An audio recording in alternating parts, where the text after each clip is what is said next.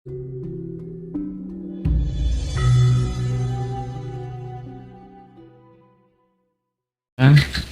beberapa negara yang sangat sedikit sekali yang mengisi di situ. Karena ketika ngomong agama itu sebenarnya bukan urusan negara di situ, tapi urusan individu. Kantong pribadi. Urusan manusia dengan Tuhannya masing-masing.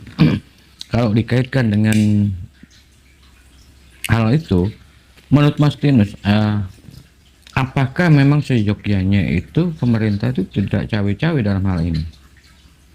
Nah sekarang gini Pak, sedangkan pemerintahnya sudah bagian dari itu, bagian terkena doktrinisasi. Coba kalau yang menjadi pemerintah itu orang-orang terbangkitkan, mungkin ceritanya lain Pak. Berarti orang-orang pejabatnya itu masih misalnya pemerintah itu semuanya seperti masih tertidur ya, berarti ya pemerintahnya ya. Iya, misalkan semua pemerintah ini tipikalnya seperti Kang Deddy Mulyadi, tak kira keadaan negara ini nggak seburuk ini, ya kan? Padahal Kang Deddy Mulyadi itu salah satu penghayat, penganut Sunda Wiwitan, yang memang di daerah Jawa Barat itu juga banyak yang menentang, terutama dari tokoh-tokoh agama, yang konon katanya kalau dipimpin seorang Deddy Mulyadi itu nanti akan menjadi ateis, musyrik dan sebagainya gitu. Menurut mereka. Iya. Kan gini, bukan agama yang menjadikan orang mengenal Tuhan, tetapi kesadaran manusia. Dan kesadaran itu tidak butuh agama. Agama itu kan sebagai dasar untuk memahami dasar-dasar pengetahuan tentang hidup. Selebihnya itu kan kembali pada pengembangan diri, gitu. Sekarang gini, kuncinya kan di kesadaran. Nah, proses-proses menuju kesadaran itu kan perlunya relaksasi. Relaksasi butuh ketenangan. Relaksasi, setelah relaksasi kita butuh mencapai pada titik kenyamanan. Setelah kita mencapai titik kenyamanan, kita mencapai titik ketenangan, gitu. Tenangan jantung. Terus ketenangan mencapai titik keseimbangan yang di otak kecil. Terus dari ketenangan, keselarasan ini ke otak kecil, keseimbangan, baru ke mencapai kebeningan. Kebeningan mencapai ya namanya kefokusan. Kefokusan kan awas podo, awas, ya kan?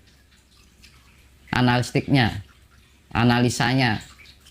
Nah, dari kefokusan ini baru mencapai kesadaran, kan gitu. Nah, untuk mencapai kesadaran kan berarti butuh hening. Kita harus butuh yang namanya bersinergi dengan alam semesta. Di dalam keheningan kita melatih secara energi, mengontrol segala vibrasi yang kita miliki, mengontrol sifat emosi yang ada di dalam diri kita, mengontrol sifat nafsu, sifat ego, mengontrol sifat rasa kepemilikan yang disimbolkan empat sifat hewani tadi. Maka kita akan mencapai tingkat kesadaran, gitu. Malah zaman dahulu mbah-mbah kita bagaimana orang KPT yang semuanya, tapi mereka bisa hidup dengan selaras, tidak saling berbenturan, tidak saling meributkan benar dan salah, karena benar dan salah ketika tidak memiliki keluhuran ya sama saja. Hidup ini bukan tentang benar atau salah, tetapi kita bisa nggak hidup dengan mulia. Kita bisa memahami perasaan orang lain enggak? Kita bisa memahami alam semesta ini enggak?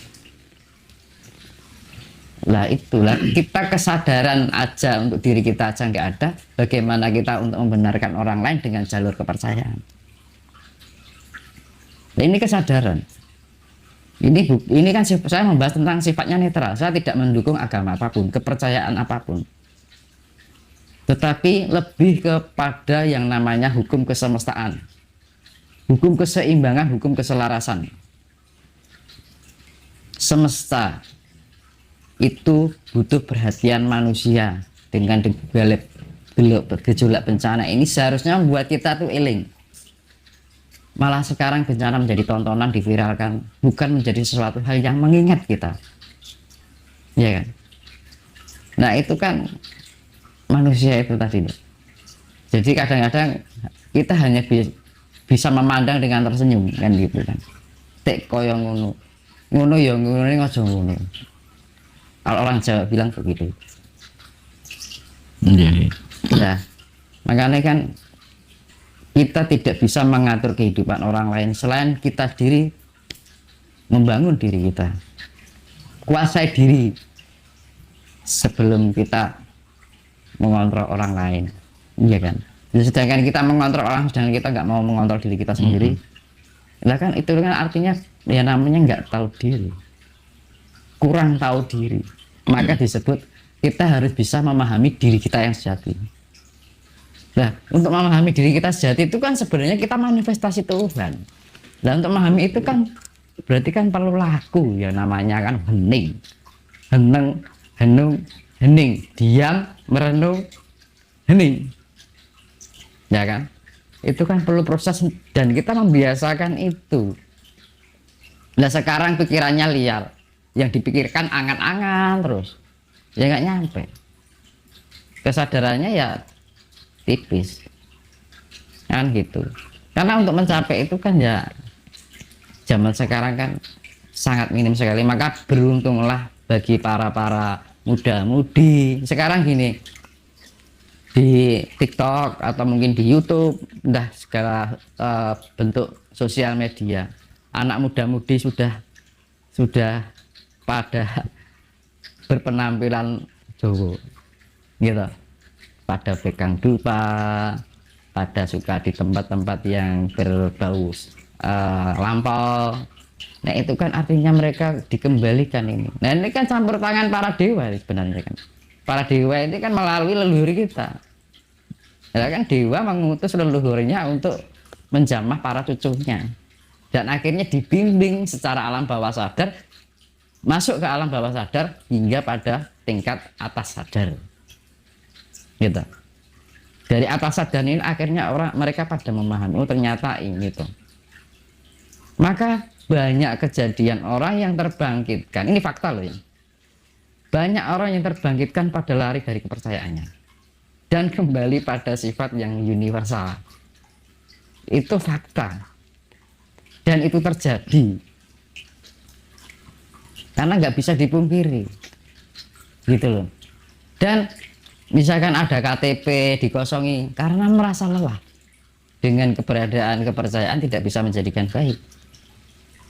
Karena mereka pada merasa lelah. Kok aku begini, kok nggak pernah menemukan kebenaran. Makanya orang ini pada bingung mencari kebenaran yang sebenarnya. Jadi urip apa toh? Jadi urip kepiye toh? Tujuannya hidup itu apa toh? Orang pada mencari kebenaran yang sejati. Karena merasa lelah ketika dia mengikuti jalur kepercayaan, nggak nyampe pada yang tujuan hidup sebenarnya. Urip sejati ini urip. Dan gitu. Ada kalimat yang saya garis bawahi, poin dari yang barusan Mas Dinus jelaskan itu, bahwa kesadaran itu tidak membutuhkan agama. Nah ini menarik. Jadi apakah menurut Mas Dinus suatu saat mungkin di masa depan bahwa agama itu tidak lagi diminati? Iya, karena pada kenyataannya seperti itu. Nah kan ini sudah berjalan juga, baru berapa persen kan gitu kan. Nah ini kan persenannya semakin meningkat nanti kan. Gitu, intensitasnya juga semakin tinggi untuk kembali pada yang namanya kapitayan orang Jawa. Bahkan gini, jadi kepercayaan itu hanya yang namanya kapitayan itu kan, kepercayaan itu kalau bahasa Jawanya kapitayan. Bahkan juga kita sebagai orang Jawa jangan menutup diri pengetahuan sesuatu yang di luar Jawa, tetapi kita harus bisa menyaring bahwa segala sesuatunya juga kita perlu ada informasi dari luar kan gitu kan. Jadi orang kudu Jawa, kita universal. Ya saya juga Jawa juga tak komplain kan gitu loh.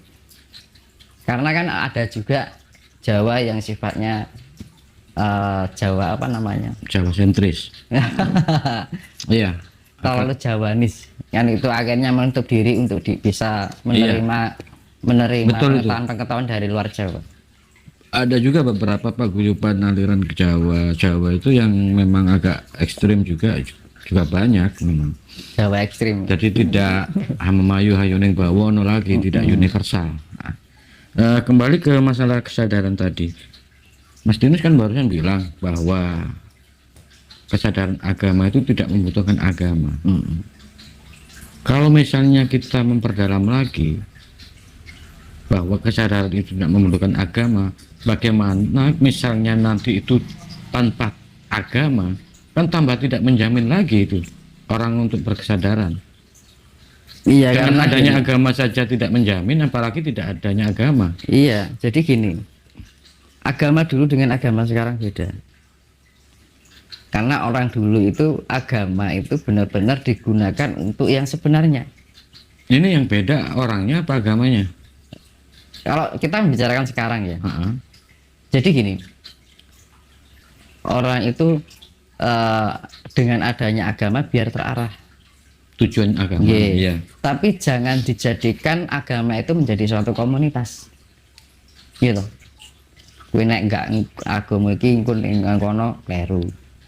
Padahal kita mau dapat pengetahuan dari mana, mau kau Jawa kayak mau kau agama apapun, welcome. Kita jangan membatasi lingkup ruang kita untuk mengetahui tentang adanya kehidupan ini. Kita mau ke Islam boleh, nggak masalah. Kita ke Jawa boleh. Kita ke Katolik boleh. Ke Buddha atau Hindu boleh. Bebas kita menerima pengetahuan. Nah itu nggak masalah kok, baik kok. Mengajarkan pengetahuan kebaikan. Yang jadi masalah itu ketika manusia membeda-bedakan satu dengan yang lain. Akhirnya kita bukan makhluk yang sama-sama ciptaan Tuhan, tetapi kita hanya dikuasai oleh satu golongan yang akhirnya menganggap yang lain itu beda. Nah terus hal seperti itu kan akan menjadi suatu perselisihan, perpecahan hingga mencapai pada titik peperangan. Iya, betul. Nah itu mindset manusia telah menyalahartikan agama. Iya. Saya ingat perkataan Gus Dur bahwa kita itu sebenarnya banyak yang menuhankan agama.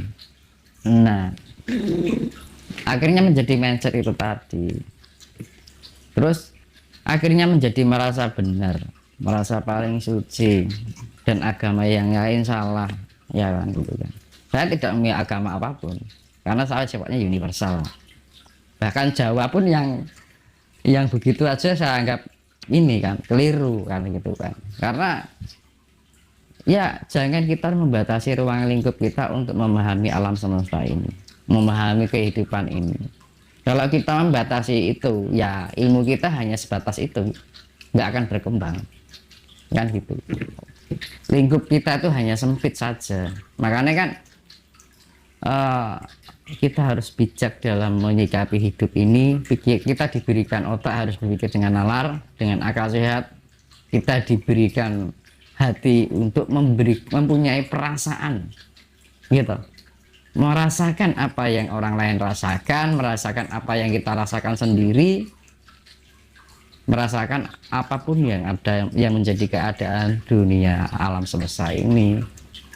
Nah dari itu ketika kita bisa melatih kecerdasan, bisa melatih kesadaran diri kita dengan perasaan, maka orang akan menemukan yang namanya kebijaksanaan.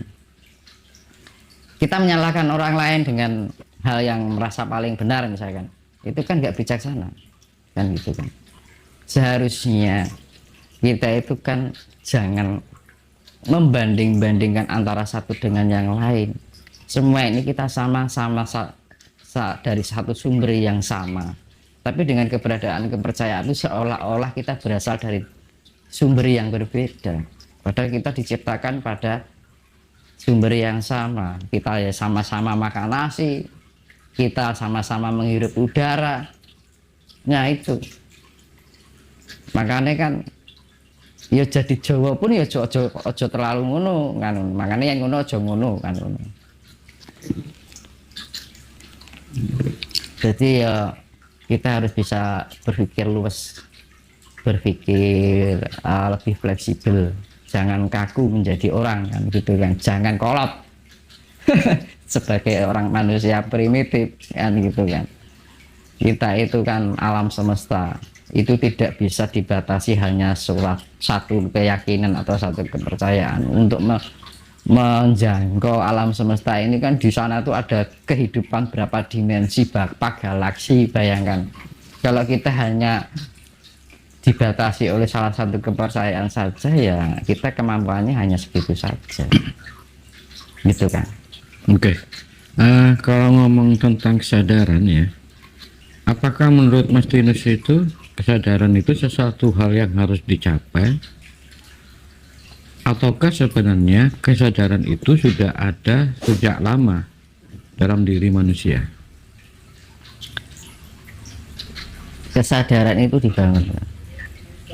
Kalau orang dari lahir kita punya kesadaran, berarti orang lahir sudah pintar apa-apa kan gitu. Kesadaran itu kan kemampuan manusia untuk memahami, entah itu di dalam diri, entah di luar diri kita. Kemampuan manusia untuk memahami sesuatu.